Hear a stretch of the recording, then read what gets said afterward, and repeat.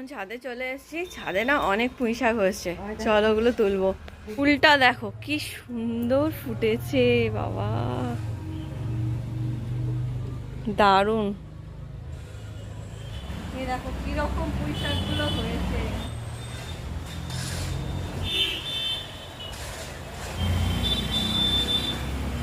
বড় বড় হয়েছে।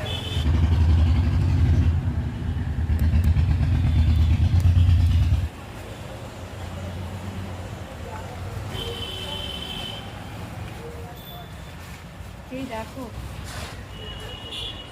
কচি কচি একেবারে কি সুন্দর হয়েছে পুঁই শাকগুলো, মানে ঘরে সবজি পচা যে সার মা তৈরি করেছিল সেই দিয়ে রিনাদি বসিয়েছে, এগুলো সব রিনাদির জমি হয়েছে। ডগগুলো দেখো এতগুলো শাক হয়েছে।